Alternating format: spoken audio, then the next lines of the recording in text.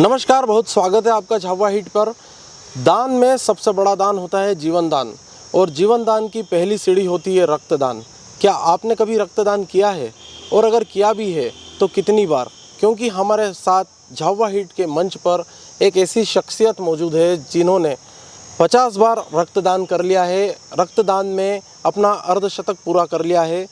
हमारे साथ इस समय जो मौजूद है शख्सियत, वह ज़िले ही नहीं पूरे प्रदेश में एक युवा समाज सेवी के रूप में जाने जाते हैं। मोंटू उपाध्याय इस समय हमारे साथ मौजूद हैं, और मोंटू उपाध्याय जी ने हाल ही में रक्तदान का जो दिवस था, विश्व रक्तदान दिवस पर अपना 50वां रक्तदान किया है। और बहुत स्वागत है मोंटू जी आपका झाबुआ हिट पर। और क्या आपको अनुभव रहा रक्तदान का, और आपके रक्तदान की शुरुआत कहाँ से हुई है? आपको कब एहसास हुआ कि रक्तदान करना चाहिए? सबसे पहले मैं झाबुआ हिट के दर्शकों को धन्यवाद देना चाहता हूं कि उन्होंने झाबुआ ज़िले में झाबुआ हिट को नंबर 1 पर रखा है। दूसरा ये कि मुझे इतना अच्छा अनुभव महसूस करता हूं अपने आप में कि आज की तारीख में 50 लोगों के शरीर में मेरा खून दौड़ रहा है। वाह, क्या बात है। और अपने आप को शरीर भी अपना ऐसा लगता है कि मैं एकदम फ्रेश हो गया हूँ। अच्छा, मतलब ये ब्लड डोनेट करने के बाद की स्थिति लगती है ऐसी। मोंटू जी, दर्शक ये जानना चाहेंगे कि किस प्रकार से आपकी ब्लड डोनेट की जो शुरुआत हुई, कैसे आपके मन में विचार आया ब्लड डोनेट करने के लिए? मैं जब 8 साल का था, मेरी माताजी चोइथराम हॉस्पिटल इंदौर में भर्ती थी।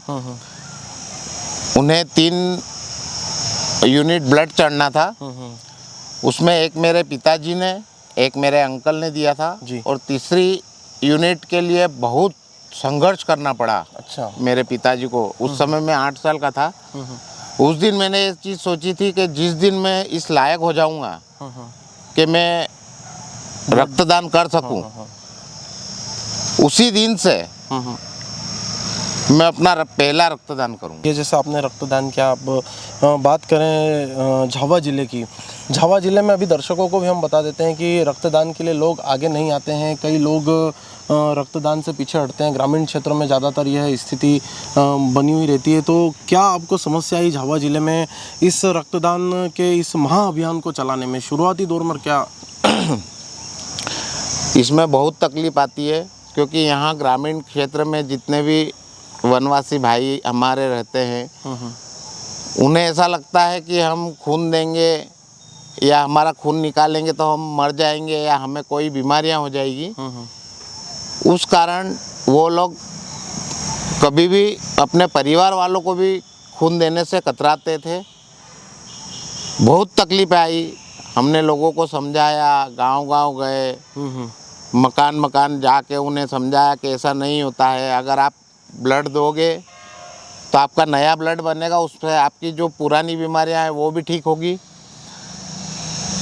बहुत समझाने पे लोगों ने हमें सपोर्ट करना भी चालू किया, और आज हमारे ग्रुप में 700-800 मेंबर हैं। उसमें से कम 300-350 मेंबर वनवासी अंचल से ही हैं। दर्शकों को मैं यहाँ पर बताना चाहूँगा कि जो यह ग्रुप है, ये ब्लड डोनेशन टीम के नाम से यहाँ पर संचालित है। और यह ब्लड डोनेशन टीम दाहोद और समीपस्थ राज्य जो गुजरात है, उसके शहर दाहोद, वडोदरा और मध्य प्रदेश के इंदौर जैसे शहरों में भी इनके कॉन्टैक्ट रहते हैं। और यहाँ के जो मरीज़ हैं उनको तत्काल सुविधा उपलब्ध कराने के लिए ब्लड डोनेशन टीम की जो यह यूनिट है, यह हमेशा 24/7 यानी कि हर समय उपलब्ध रहती है। साथ ही मोंटू जी, हम आपसे यह भी जानना चाहेंगे कि ब्लड डोनेशन के लिए जो आपने प्रयास किए हैं, जो अंचल में जो आपने जागरूकता फैलाई है, ये तो आपने बताया ही।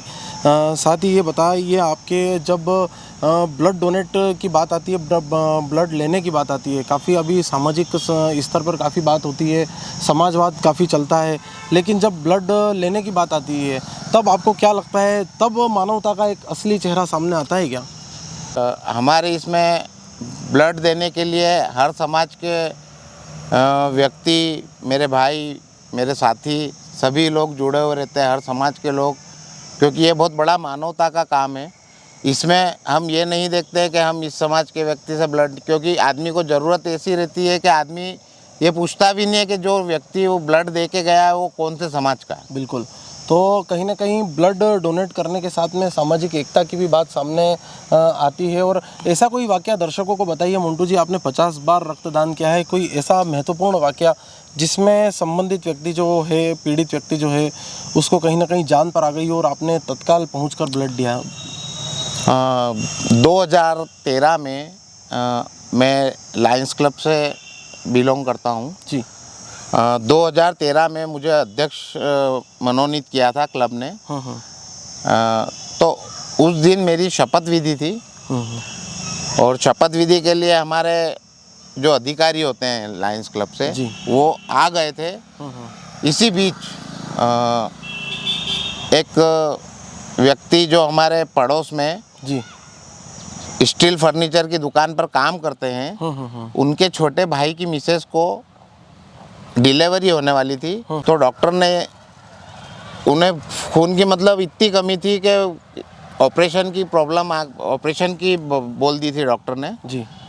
तो उसमें अर्जेंट कि मैंने कहा कि मैं कोशिश करता हूँ कहीं से व्यवस्था हो जाए जी। कि नहीं अभी 10 मिनट में हमको डोनर चाहिएगा। उनका फ़ोन आया, अच्छा। जो अस्पताल में सिस्टर थी उनका फ़ोन आया कि हमें ये स्थानीय अस्पताल की स्थानीय मिशन हॉस्पिटल की जी जी है। जी जी जी। कैसे उन्होंने अर्जेंट बोला कि नहीं आपको 10 मिनट में किसी भी कंडीशन में भेजना पड़ेगा, नहीं तो वो लेडी नहीं बचेगी, महिला को प्रॉब्लम आ जाएगी। जी जी तो मेरा शपथ विधि का टाइम हो रहा था। जी। मेरे पिताजी ने बोला कि बेटा तू ही है जो अभी दे सकता है ब्लड, इतनी जल्दी अपन दूसरी व्यवस्था नहीं कर सकते। तो मैं उनसे आज्ञा लेके और ब्लड दे के आया। मुझे आधा पौन घंटा लगा। मुझे लगा कि हमारे अधिकारी अतिथि लोग भी नाराज़ होंगे कि यार इतनी देर हमको बिठा रखा, मगर जब मैं वापस ब्लड दे के वहाँ गया मुझे ऐसा लगा कि वो मुझे नाराज़ होंगे, तो मगर उन्होंने मेरा सम्मान करा। अरे वाह। उन्होंने मुझे जिस हार से मैं उनका सम्मान करना चाहता था उस हार से उन्होंने मेरा सम्मान करा कि यार ऐसे व्यक्ति होना चाहिए। और हमारे क्लब में ये चीज़ें बहुत अच्छी है कि आप हमारे क्लब से जुड़े हुए हो। दर्शकों को बता दूं कि समाज सेवी जो मैंने कहा है, जिले ही नहीं प्रदेश में भी एक समाज सेवी के रूप में मंटू जी जाने जाते हैं। तो शायद यही कारण है कि वह अपनी जब शपथ चल रही थी उस शपथ को छोड़कर और पहले रक्तदान करने के लिए गए। साथ ही मंटू जी हम आपसे जानना चाहेंगे कि ये जो रक्तदान का जो आपकी पूरी टीम है, किस प्रकार से इसका गठन हुआ और कैसे आपने आगे की जो बड़ौदा और अहमदाबाद और गुजरात और इंदौर की लाइनअप को आपने कैसे टच किया और कैसे आज इतना बड़ा एक विस्तार रूप ले लिया है ब्लड डोनेशन टीम ने कि आज थानला ही नहीं ज़िले के कोई भी क्षेत्र में अगर कहीं रक्त की आवश्यकता होती तो सबसे पहले आपको याद किया जाता है। कैसे आपने इतने आपके सूत्रों को डेवलप किया? थानला तहसील से हमने चालू किया कि थानला तहसील में अगर किसी को भी ब्लड की ज़रूरत पड़ती है जी। 12-13 जने थे हम लोग उस समय। तो कि कैसे करेंगे, ग्रामीण अंचल है, यहाँ पे बहुत प्रॉब्लम आती है जी। फिर सबने एक दूसरे हमने बात करी कि नहीं यार कुछ तो करना पड़ेगा। हमने चालू करा। हमने खुद ने पहले जब हॉस्पिटलों में गए कि आपके यहाँ पे जब भी ज़रूरत पड़े जब आप हमें संपर्क कीजिए, हम व्यवस्था कराएंगे। या हमारे पास 10-15-20-25 जन है उस समय जिन्होंने बोल दिया था कि हम ब्लड देने के लिए तैयार है। हमारी लिस्ट बनाई हमने जी। उसको फेसबुक पे इंस्टाग्राम पे हमने एक आईडी बनाई ग्रुप के नाम से, उससे अपग्रेड करते गए और धीरे धीरे हमारा 300 400 आज 700-800 मेंबर हमारे से जुड़े हुए हैं। बहुत अच्छा। तो देखिए दर्शकों को बता दें कि जब आप अच्छा काम करने के लिए आगे बढ़ते हैं, कदम उठाते हैं, तो निश्चित ही ऊपर वाला भी आपके साथ देता है और किस प्रकार से ऊपर वाले ने इनका साथ दिया। साथ ही मंटू जी से हम जानना चाहेंगे कि धार्मिक महत्व तो रक्तदान का है ही, लेकिन क्या महत्व है रक्तदान का विज्ञान में? सबसे पहले तो ब्लड अगर अपन एक देते रहते हैं 3-4 महीने 5 महीने में तो ब्लड चेंज होता रहता है, गाढ़ा नहीं होता है। गाढ़ा होने के कारण कोलेस्ट्रॉल भी बढ़ता है। अटैक आने का कारण भी कोलेस्ट्रॉल और ये चीज़ें होती है, वो चीज़ भी है। और दूसरी सबसे बड़ी बात कि अपने आप में हम चुस्त फुर्त अपने आप को स्फूर्ति महसूस बनी करते रहती हैं। है जी। तो आपने अभी सुना मंटू जी उपाध्याय को किस प्रकार से उन्होंने ब्लड डोनेशन के लिए अपनी बात रखी और किस प्रकार से उन्होंने प्रेरित किया लोगों को कि वो ब्लड डोनेट करें। साथ ही झावा हिट आपसे अपील करता है कि यदि आपने ब्लड डोनेट नहीं किया तो ब्लड ज़रूर डोनेट करें, अच्छा लगेगा। धन्यवाद।